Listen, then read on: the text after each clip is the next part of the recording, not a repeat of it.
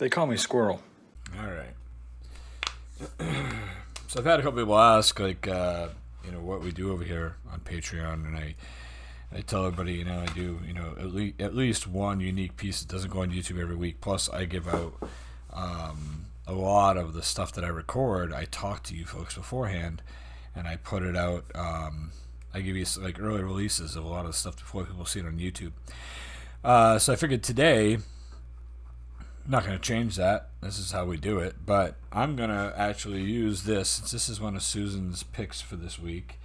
I'm going to use this as a piece that I am not going to edit, and I'm just going to put up the way everyone on Patreon sees it. So that way people can understand and see what I'm talking about when I say you get the unedited, complete versions of all my videos. So there's that. So I'm going to put this up like that. I'll try to remember to put like a marker when the video starts or whatever, because some people aren't going to even care about my rambling.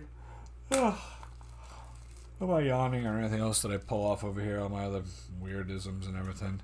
This is the first video of the night, so for anyone who doesn't know, usually when I go to the first video of the night, I get my note cards together, I get all my stuff together. Damn it. It's Cornelia who recommended Voila. See? I said in the video, I couldn't remember who. I have it written down here. Damn it. And then Andy said to do revamp. We're doing revamp tonight. I have that on the list of things to do this evening. So, a couple of the things, I'm not going to give you all of them, but a couple of the things, just because this is one that I'm like, in case I don't get it all recorded. But I'm doing, right now we're recording Dave Gorman, How to Get Served First at the Bar. This is a recommendation from Susan. I'm also going to be recording, so leery about this. I'm also going to be recording Voyager Promise. This is Eurovision 2023. If you don't heavily manipulate these videos, they get completely blocked from everybody I've talked to. But it doesn't matter. I'm going to record it tonight, and if it doesn't go on YouTube, I don't care, because it's Susan requested this. I give it everybody who subscribes to Patreon gets their own like week where they can pick a reaction for each of the two main channels, and then you can. I mean, just people request stuff all the time, and I do it. You don't have to do it just on that week, but I give everybody a week. This is their week. This is Susan's week. So if you don't see her music piece come out on the other channel, then just know that it's a Patreon only thing. So let's get into this. I'm not going to talk too much today, since I'm going to be sharing this with everybody. I don't want to be yapping too long. I have people complaining that, man, this took way too long. But I got a Ronnie Barker and Ronnie Corbett piece maybe lined up here, maybe a Joyce Grenfell, Amira, Bill Bailey. I don't know. I got a bunch of stuff. There's a bunch of stuff here, so we'll see. And then I got some food comparison videos between what's allowed in the U.S. and UK, and I got a bunch of stuff opened up. There's a whole list of tabs in front of the screen, so let's get into this. First one's going to be Dave Gorman. I enjoyed Dave the first time. Also, a Patreon recommendation. I enjoyed him, so I'm happy to get back into a piece of his, because he was good. He was entertaining. So, all right, let's get into this. I should get a drink first. Yeah, look at this. Not sponsored, because this is actually going to go on YouTube. It's not but they got me a Ghost. These Ghost drinks are great. They're energy drinks. It's like no fat, no cholesterol. There's no sugar. There's no protein either. It's 5 calories. There's no artificial colors. They're pretty cool. They're good, because it's like not full of a bunch of crap. And I got some recording to do tonight. Definitely got a lot of editing to do tonight. So Ghost energy drink at 11 o'clock on it. Just think. Ooh. A little sour. For the record, I didn't pay attention. Sour watermelon. That's lovely. These are great. I wish they would sponsor me. I'd drink these every freaking video. All right, let's get into this. Push you just a little back. There you go, buddy. You stay there. All right, here we go.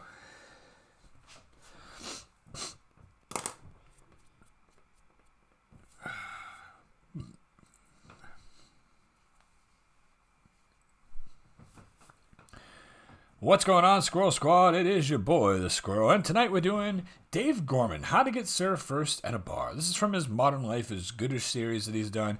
I did a piece from Dave Gorman a week or two ago, and I really quite enjoyed it. I like the PowerPoint presentations he puts out. He's got that kind of real good subtle comedy, that tongue-in-cheek comedy as well. Not all the jokes, are... not all the jokes just explode. This guy loves what I like to call joke grenades. You pull the pin, you throw it, eventually it goes off. You know what I mean? Like, sometimes it takes for that visual cue to kick in, or that, the innuendo or whatever. So just off one video scene from this guy, he definitely has some creativity to his comedy. So, interesting to check this out today. This comes to us from Susan Ashcroft. She has been a huge supporter of me since day one on this channel. She has supported me down every road, over every hill, through every hardship that I've faced on and off camera. She's always been such a great friend to me. There's a tight knit group of handful of people that know me more personally than anybody else does, that I've gotten to know personally through here, and Susan's definitely on that list. So I thank you for the recommendation, but more importantly, I thank you for all the support you've always given me, and I really appreciate it. So Susan, this one's for you. This is Dave Gorman. Let's get into this. Let's check it out, folks, and let's see what we think of the next piece from Dave Gorman. He's got his trusty Bounty Paper Towel Man shirt on. He's ready to rock and roll. I'm ready to rock and roll. I think I got the volume. Yeah, the volume's up. Yeah. All right, thumbs up. Let's do this. Leroy Jenkins time. Here we go. Now, it seems to me that there is a peculiar mood in our country right now. More than ever before, Great Britain feels like a divided nation. And it's at times like this, when so much divides us as a people, that I think we need to seek out those things that unite us and use them to make the bonds between us stronger. For example, ladies and gentlemen, and I think this is true, whether you are black or white, rich or poor, young or old, I'm sure we can all agree that when you're at a bar, the person trying to get served by doing that is a dick. It's such a weird... I'm going to love this piece, because I was a bartender for 19 years. I ran bars, pubs, nightclubs. I've done it all. And now I transitioned to the other side of and I'm still in the industry. I'm just on the other side of the industry now, selling liquor to those establishments. But this ought to be fun. My favorite with this, people are like, yo, and they're just waving money in your face. I'm like, oh, finally, I found the one guy in the bar who's got money. What do we got the rest of these people in for? It's kind of crazy, isn't it? I look right at him and just walk away. Oh, sorry. I've worked 3, 4, 5 deep at bars. You have to have a sense of humor, and you have to know how to pick out the good people in the crowd. Unnatural thing to do. You're not even holding the money between your thumb and forefinger, which is how you hold most things, is between those two fingers. The cigarette fingers. In a way that suggests I can't even be bothered to hold my own money properly. I don't really care. Why would you fold a note like that? You must have done that on purpose. Notes aren't normally folded like that, are they? Most wallets look something like that, don't they? So most notes are folded like that. Unless you've got a wallet that looks like that, there is no excuse for holding a note that looks like that, is there? As far as I can see, there are only 2 situations in which it is acceptable to fold a note like that. One is in a magic trick, and the other is... The other is if you're going to put tobacco or marijuana in it, roll it up and smoke it, right? I'm just guessing. I have no idea. In a stripper's thong. Yeah. That was the third application. Let's be honest, neither of those is anything to be proud of. What is this gesture really trying to achieve? Do you really think the bar staff are looking at the throng of people trying to get served and thinking, oh, they all look thirsty, but which of them can afford a drink? Right. Which one of them's got actual currency? Such an arrogant thing, such an arrogant gesture, it really winds me up. In fact, I have started a bit of a campaign on this topic. We have got a logo, there it is. We've got a slogan, don't be a note-fold cock. If you want to join the campaign, there is a website, say no to notefoldcockery.com. Feel free to come and join. It is early days, but I think it's going quite well. In fact, in my local, they've actually got a sign on the bar. Because it's on the bar and it sort of speaks from the pub to the customer, they have changed the slogan ever so slightly. So their sign says, "These people get served last. Don't be a notefold cock." That's perfect. If you don't believe me, there it is on the bar, ladies and gentlemen. If I zoom in, you can see the detail, see the wording. I mean, the truth is, I imagine they'll take it down when they find it. But it's there. It's there at the moment. And that's the important thing. Now, we've been talking about the way we behave at a bar, about manners. Essentially, we've been talking about queuing. And queuing, I think, is seen as a fundamentally British quality. It's something that we like to think we're very good at. So I gotta be honest with you. I got two things real quick. I always thought that it was quay. Somebody once told me you got to get in the quay. That was like the first time I'd ever heard the quay. They're like, yeah, the quay. It's a line. It's called getting in the quay. So for years, like an ass, I pronounced it quay, like an idiot. And then finally one day, somebody was nice enough to be like, yo, bro, you're pronouncing that word wrong. It's Q. Oh, damn. That's number one. Number two. As a young youngster, not just a regular youngster, but a young youngster, at about the age of 16, I believe, I got a job at this fine establishment called McDonald's.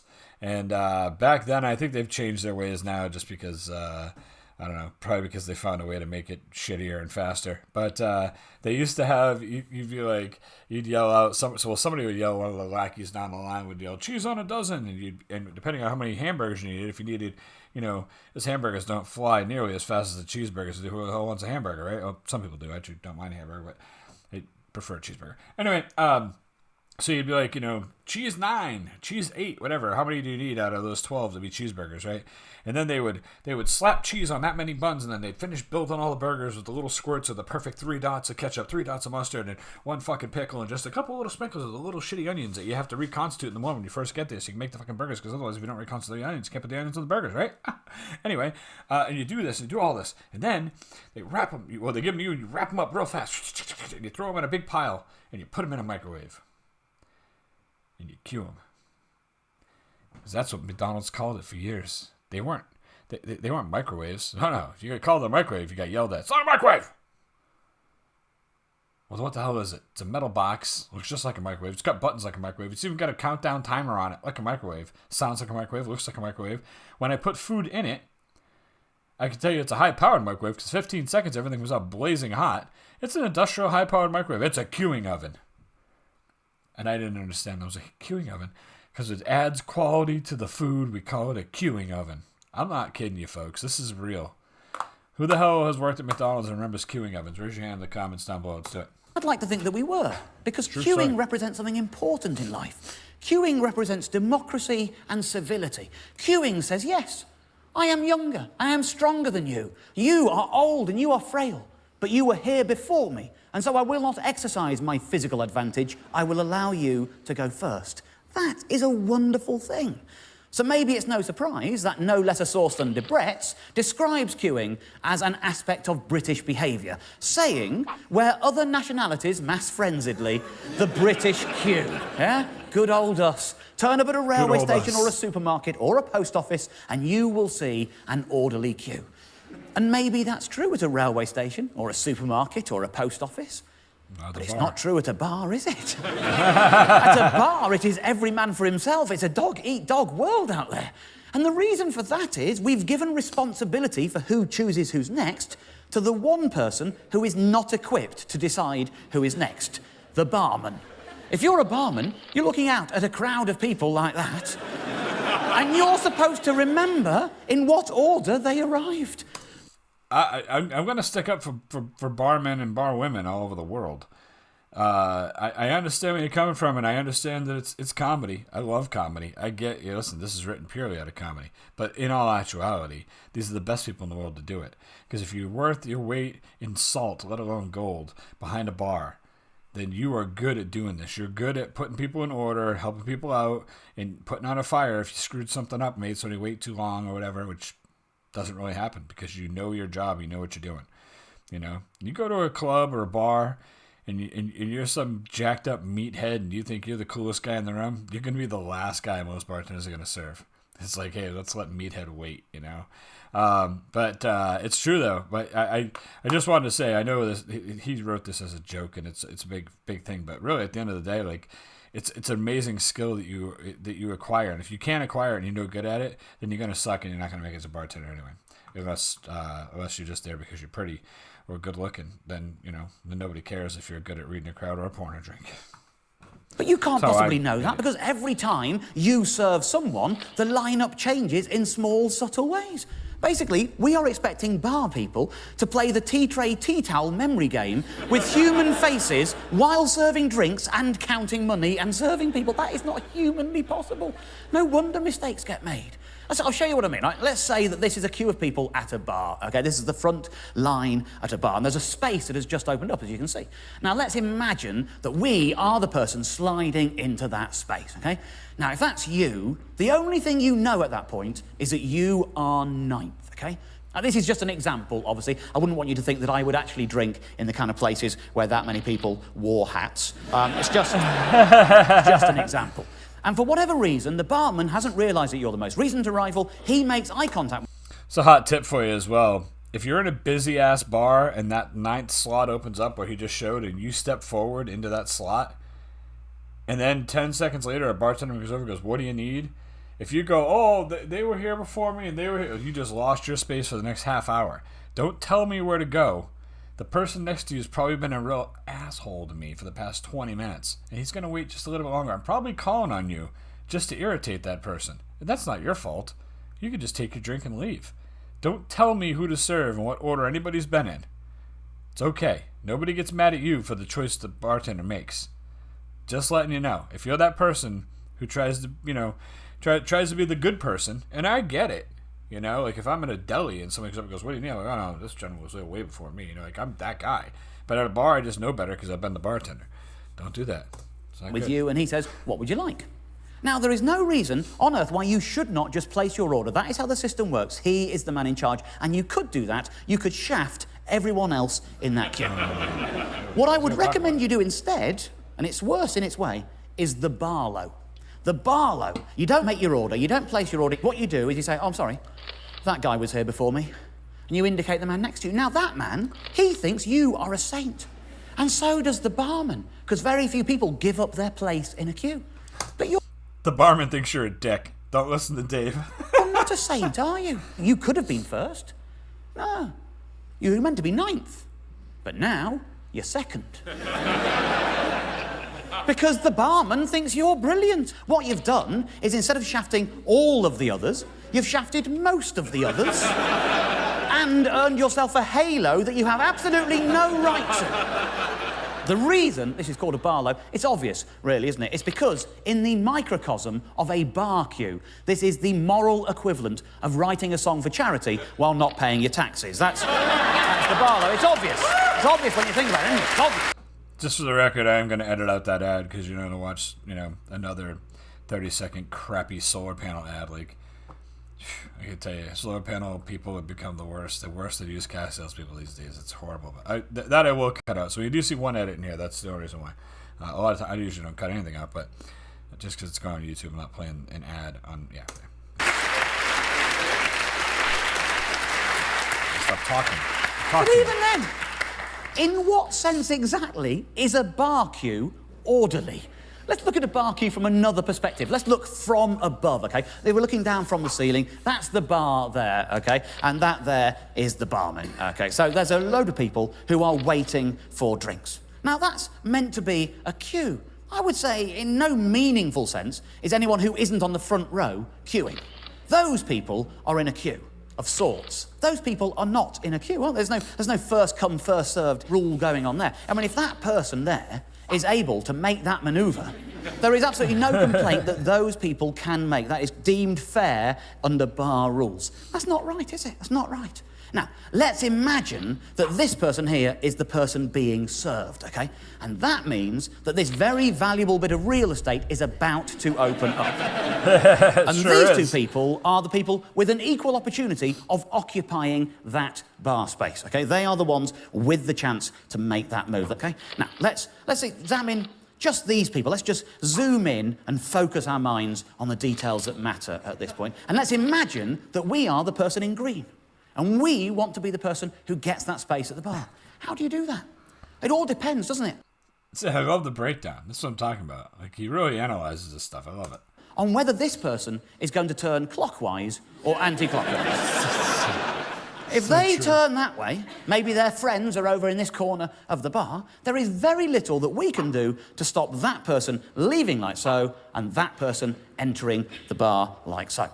You need to prevent that from happening as best you can. And there are ways of doing it. First of all, you've got to get in close, try and be a barrier. If you're brave, breathe in his ear. Let him know you're close. But crucially, and this is the most important system, hand on... This move, yeah, the hand on the bar, he's right. Sorry, I paused it at a bad time. Put the hand on the bar, you're now owning rulership to that, you're now claiming ownership to that real estate, sorry. This also works good with these back-it-in people. I don't know when the hell the world decided to become an inconvenient for everyone else world where everyone has to back their thing. And I know, and here we go in the comments. All the people who are entitled, who want to back their carnivore are going to be really pissed off that I'm even mentioning this, but okay. You know, it's not that hard to back out of a space, especially since every car has a backup camera these days. So that argument's out the window. Everyone's always like, well, it's safer to back in than it is to back out. You're backing up either way. Either way, you're driving backwards. It's safe either way, right? It's the same safety. And they're like, well, you got to back up into traffic. You're not backing up into traffic. You're in a parking lot. It's not traffic. It's a parking lot. Okay. Also, when you pull past the spot and someone pulls up behind you, and now you just sit there and wait with your backup lights on, that's a real asshole move. It really is. All the people that are queuing behind them now, see, I used the word queuing, not quaying. Then you got to back up so that your dumbass can back into a spot you've already gone past. This isn't, you know, it's not, what do you call it, you know, you back into the curb there, whatever the hell that's called. Parallel parking. It's not parallel parking. It's just stopping dead in the middle of the parking lot and expecting everyone behind you to know that you now want to back up 12 feet. Great job. This move also works for that. I crawl right up their ass, and then when they put their wristlets on, I just wail on the horn. Nope, keep moving. Keep moving. Then they're like, oh, all right, keep moving. You're good. You and me, we're both good. You're good. You keep moving. I'll pull head on in the spot to make you feel better. That's what I do. On the bar, ladies and gentlemen, hand on the bar. That is like 50p on a pool table. That is yours now. That cannot be removed. These are the rules, okay? The deal is still not sealed. If this person wants to turn that way, you think you're in. But if their friends are in this other corner, maybe they're going to turn that way and exit like so. In which case, it becomes another equal opportunity between the two of you, you and your opponent. So, how do you stop that from happening? It's very simple. When he's turned 3/4 like so, this is the crucial detail. You and your swap opponent. hands. Oh. Now, whatever route the person with the drinks takes, there is very little anyone can do to stop you sliding your shoulder in like so. There's nothing that can be done about it. This is 100% accurate. It's really good. That's really well broken down. It's true. Nothing anyone can do. It's a good technique. It's a very, very good technique. I know it's not very helpful, but oddly, this technique is also known as the Barlow. It's because, unlike in most situations, where if someone turns their back on you, you consider that rude, in this situation, you're actually there thinking, I want you back for good. It's called the Barlow. And I think most of us have Barlowed at some point in our lives. I know I have. Now, be honest with me. Put your hand up if you have Barlowed. That is everyone. Everyone admitting that they have no respect for the first-come, first-served system. And I know that you do, because before the show tonight, we set up a camera in the bar.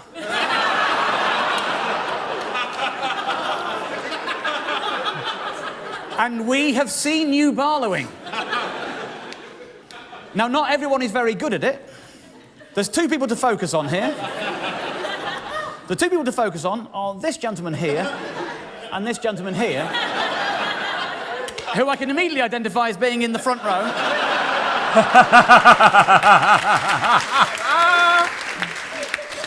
Where is your opponent, sir? Where is the other person? You're over there. OK, so we've got one over there and one on the front row. OK. What's your name, sir? Gio. Gio.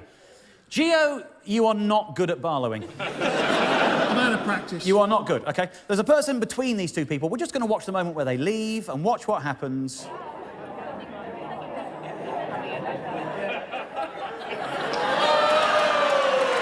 Useless barlowing. Gotta take it to the cleaners. Of the worst barlowing I have seen in a long time from Joe. Other people are good at barlowing. The person we're looking at in this video is a man who's currently at the back with a sort of top knot and the grey T-shirt. Where are you? Oh, that right, okay, in the middle of the third row. In the middle of the third. What's your name, sir? Christian. Christian. Now, you're quite good at barlowing here. There's quite a few people. Hand on the bar. Hand on the bar. That. This woman hasn't got a chance. Off she goes. You're in! You're in! Congratulations on good What's barlowing. that poor lady? Congratulations to you. You are as rude as anyone and good at it. For that reason, after the show, I always have to go and get makeup and whatever I could do with a drink. Could I give you some money? And will you get me a drink afterwards? I've got my wallet.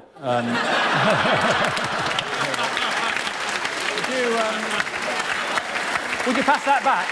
There's like... Christian. This thumbnail's popping up. What's going on? Oh, it's the end of the video. Dang it.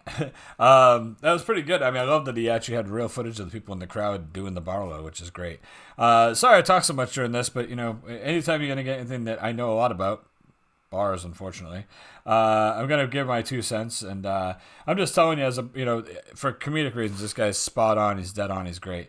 As a bartender, though, I can tell you, it's a game. And it's a game that we play, and we play it well, and we do it to shut down the idiots and lift up the good people. Unless you're an idiot bartender, then and you have a bunch of idiot friends, and then then you just piss the whole crowd off. But we're hoping that's not the case. Anyway, I hope you guys enjoyed this. I hope everyone enjoyed the little unedited piece tonight to kind of get a little peek behind the scenes of how I operate when I do my Patreon stuff, and now I get to talk to everybody and all that. And you get no editing, so you're going to get all the swears. And the only thing I'm going to edit out is that one commercial that popped up earlier. But sorry it was so long, but I hope you enjoyed it. And it was almost 12 minutes of Dave himself, so all the other time on here was just me yapping my brain off. So but you guys take care of yourselves, all right? And thank you so much for putting up with my unedited video. And don't forget, there is Patreon, Cameo, and many, many, many other social links and everything else, ways to support the channel. It's all in the description below. I appreciate the support from all you folks. Thank you so much for being here. Be good, all right? Scroll out. And there you go. That's the end of the video, folks. I'm going to get this edited and get it up. And, even they hey, I'm going to let everybody see the end, too. I'm not going to put the little tag up till the very end, you know? I'm going to give them the whole video. So, folks on Patreon, thank you so much. I appreciate you. Susan, thank you. That was great. This guy's good. We'll do more of him. Absolutely. And we're on a journey next, I think. A Voyager? Journey Voyager? Geez, I'm confused now. It's a Star Trek name. Shit. Be good. Catch you guys soon.